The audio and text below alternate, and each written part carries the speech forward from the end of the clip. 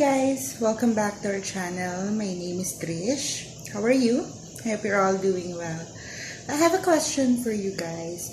Naranasan nyo na ba yung feeling na sobrang kaba? Yung tipong feeling nyo bumabaliktad na yung sikmura nyo, tas nagpapalpitate na kayo sa sobrang kaba?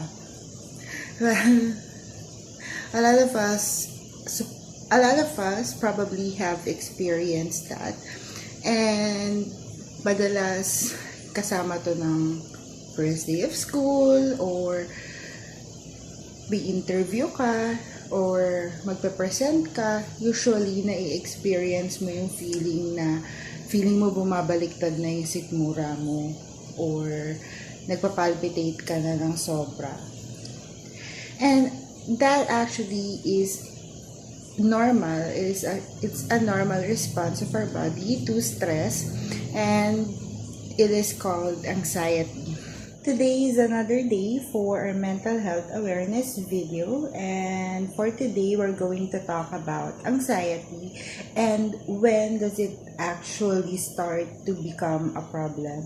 Now, anxiety is a normal response of our body to stress. It's a feeling of fear and apprehension on what to come next. So usually, normal response lang to ng katawan.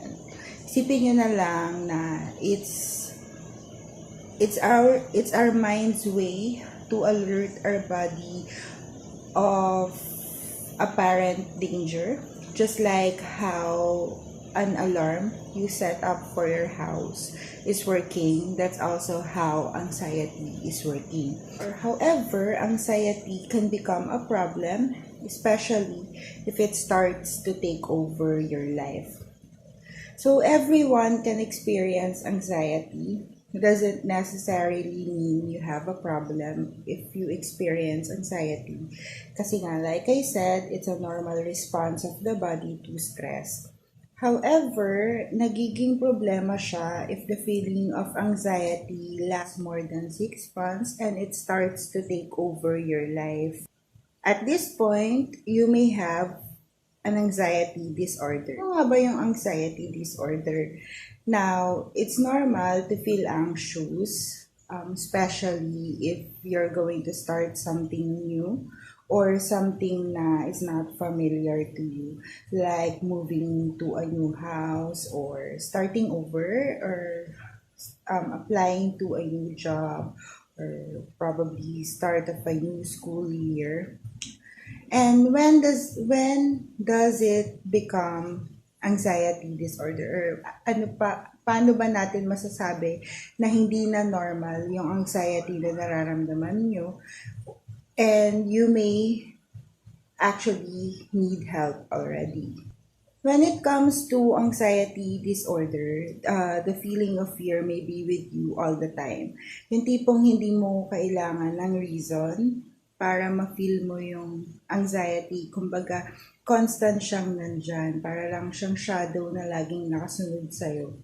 Na, kumbaga, kung sa iba, normal siya pag may gagawin sila na something new, yung feeling ng anxiety nila is nakafocus towards doon sa event na mangyayari.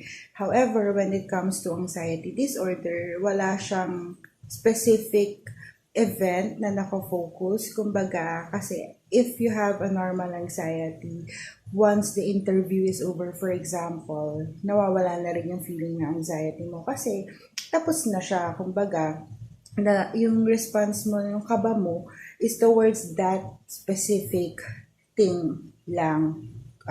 Let's give an example. Kunyari, yung anxiety mo is towards an interview that you're going to have for a new job. It's normal to feel anxious. However, once the interview is done, the feeling of anxiousness, mawawala na rin siya. However, when it comes to anxiety disorder, since wala kang specific reason for the anxiety, so hindi siya totally nawawala. Kumbaga, anxious ka for everything na pwedeng mangyari sa buhay mo. There is no specific thing na nakafocus yung anxiety mo or yung anxiousness mo. In extreme cases, anxiety disorder may disrupt with your life to the point na you can't even go outside your house, you can't cross the street, you can't ride an elevator, and so on and so forth. Now, it starts to take over your life kasi hindi ka na makalabas ng bahay mo. When your phone rings, your heart will pound, hindi mo masagot yung phone mo. Wala, kumbaga, nagiging stuck ka na, parang nakakulong ka na sa feeling of fear. Lagi kang takot, ayaw mong lumabas ng bahay mo kasi lagi kang nag-overthink na something bad might happen to you. Anxiety disorder is the most common form of emotional disorder, and it can affect anyone at any age. So anxiety has different types, and it includes panic attacks, phobia, social anxiety disorder, obsessive compulsive disorder, separation anxiety disorder, illness anxiety disorder, and post-traumatic stress disorder. So, hindi lang siya one thing. Meron, ang dami niya pang different, kumbaga, meron pa siyang different types.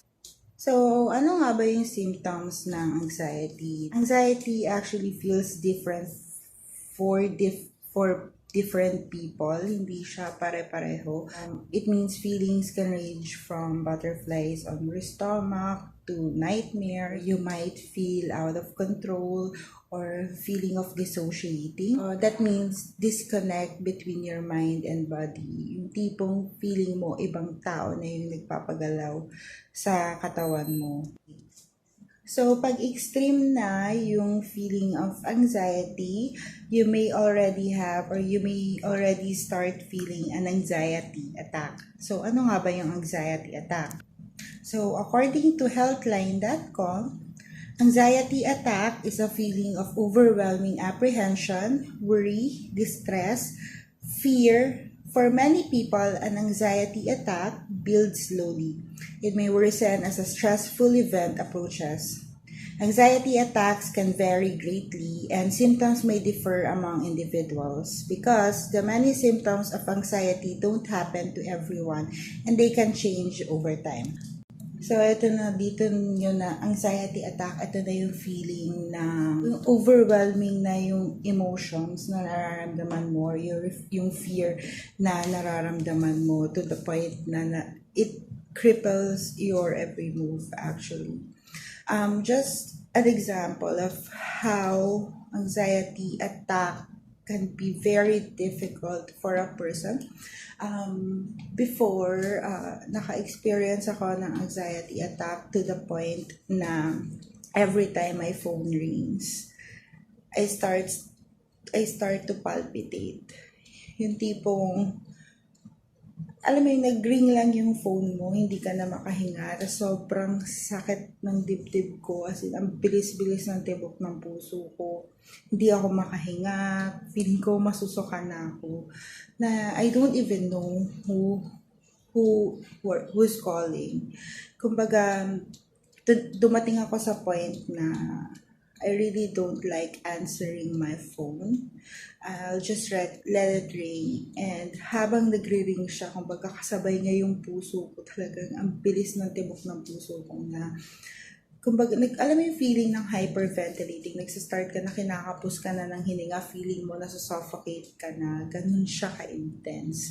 Now, for other people, it might be, kumbaga, yung idea pa lang na lalabas ka ng bahay mo, hindi mo magawa kasi bago mo pa mabuksan yung pinto, nagpapalpitate ka na, kumbaga, meron ka ng cold sweats, yung kumbaga nanlalamig yung pawis mo, nanginginig yung katawan mo, ang dami, kumbaga nag-overthink ka na eh.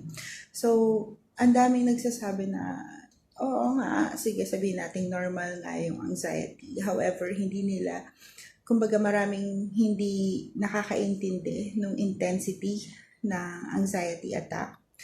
Kaya nga siya considered as a mental health issue na kinakailangan ng medication and professional help kasi it can really take a toll on you. It can really hinder you from doing anything actually. So, serious stuff siya. Kasi when you feel an anxiety attack, it really is difficult to concentrate. Nahihirapan ka na mag-concentrate, ang cloudy na ng isip mo, hindi ka na makahinga, hindi ka na, kumbaga yung mga simple things na kayang gawin ng ibang tao, hindi mo magawa. And a lot of people also confuse normal feeling of anxiety sa anxiety disorder na different din naman yun. A lot of people are saying din naman na they have anxiety disorder or kumbaga they take it like, ang nangyayari tuloy, anxiety disorder is taken lightly kasi porket kinabahan ka lang, feeling ng iba, meron na silang problem or meron na silang anxiety disorder. Now, it's not to be taken lightly and not just because you felt nervous at some point of your life, meron ka ng anxiety disorder. You don't actually want to have an anxiety attack or an anxiety disorder because it can limit you It will limit your life. Kumbaga, may possibility kang ma-stuck kasi sa sobrang serious ng anxiety mo. Now, it's important to know yourself kung kailan ba normal pa yung nararamdaman mo or kailan kailangan mo na ng help, kailangan mo na ng tulong, kumbaga, ng professionals. It is important to know yourself, to know kung kailan normal yung nararamdaman mo, kung kailan hindi. Now, the most common thing na pwede mong isipin or pwede mong ma-check kung normal pa ba yung nararamdaman mo is just always remember, if the feeling of anxiety is always there, constant siya, kumbaga, even after the stressful event, then you might have an anxiety disorder. It is important to talk to a professional to know if you really do have an anxiety disorder so you can get the treatment that you need. Hindi pwedeng mag-self-diagnose kasi it really is important to consult a professional. Now, for these types of video, I'm just sharing to you. I'm just trying to share the different types of mental illness. But again, I suggest that if you feel you have any of the mental illness that we will be talking about, please do consult a professional just to be sure and for you to be able to get the proper treatment that you need if ever you really do have the issue na feeling mo meron ka. So, I will give you the common symptoms of anxiety attack. Now, this is just a guide. If you feel you have an anxiety attack or you may have an anxiety attack, please do consult a professional. Alright, so symptoms includes feeling faint or dizzy, shortness of breath, dry mouth, sweating, chills or hot flushes, apprehension and worry, restlessness, distress, fear, and numbness or tingling. So I mentioned earlier that there are different types of anxiety disorder, but for this video, let us focus on one type of anxiety disorder, which is generalized anxiety disorder. What is generalized anxiety disorder? GAD is a long-term condition that causes you to feel anxious about a wide range of situations and issues rather than one specific event. So, like what I said earlier, for example, yung feeling of anxiousness mo is not towards a specific event lang. It is constant. Kumbaga, as soon as that event is finished or one anxiety attack is over, may kasunod siya agad. Other may appear for a different reason naman. Kumbaga, para lang siyang cycle. Pagkatapos ng feeling mo na pagkatapos ng anxiousness mo dun sa isang event, another may appear about a different situation. So, kung meron kang iniisip na isang bagay, once na na-resolve na yun, meron na siya agad kasunod. Generalized anxiety disorder can have both mental and physical symptoms. These vary from person to person, but it may include feeling restless or worried, having trouble concentrating or sleeping, dizziness and heart palpitation. Ano nga ba yung cause ng generalized anxiety disorder? Research has suggested that it may include overactivity in areas of the brain that is involved in emotions and behavior, an imbalance of brain chemical serotonin and noradrenaline, which are involved in the control of and regulation of mood. The genes you inherit from your parents, because you're estimated to be 5 times more likely to develop generalized anxiety disorder if you have a close relative with the condition, having a history of stressful or traumatic experience, which includes domestic violence, child abuse, or bullying, having a painful long-term health condition, and having a history of drug and alcohol abuse. So how can generalized anxiety disorder be treated? Now, there are different types of treatment na pwedeng ibigay ng mga doctor for those who have generalized anxiety disorder. That is why it is very important to talk to your doctor if you feel you may have generalized anxiety disorder. Treatments include psychological therapies and medication. Now, treatment differs from person to person.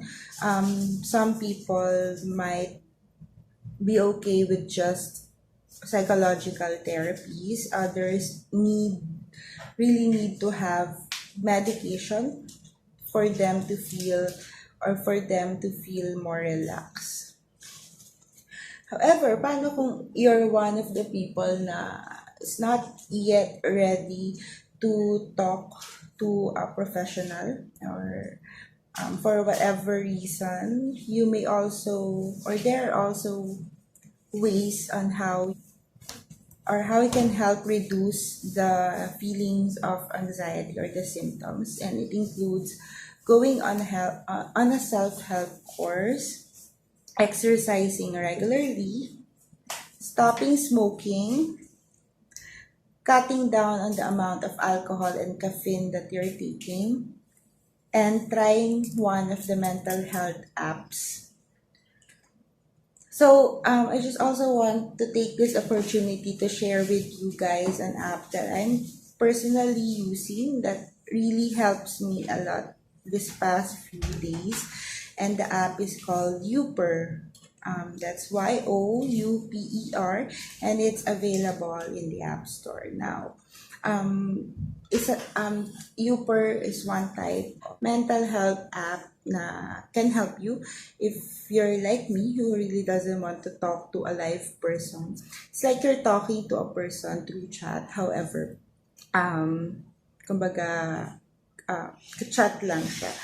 And what it does is it keep track of your emotions, You can talk to Uber, your assistant. You can tell, or you can say, you can track down the emotion you're feeling on a certain day, and it will also track the factors that you feel triggers the emotion you're feeling. So it actually helps you to know yourself better, and to know your emotions better as well, because it will give you time to think about the situation, think about the possible factors that cause the emotion you're feeling, and you can keep track of your moods, know how often your moods change and what causes the mood change, so you can either prevent, or you can stay away from the factors that are affecting the emotions that you are feeling. Now, this is not sponsored by you, but I just want to share it with you guys since it helped me a lot. It helped me to know myself better, and it might also help you as well.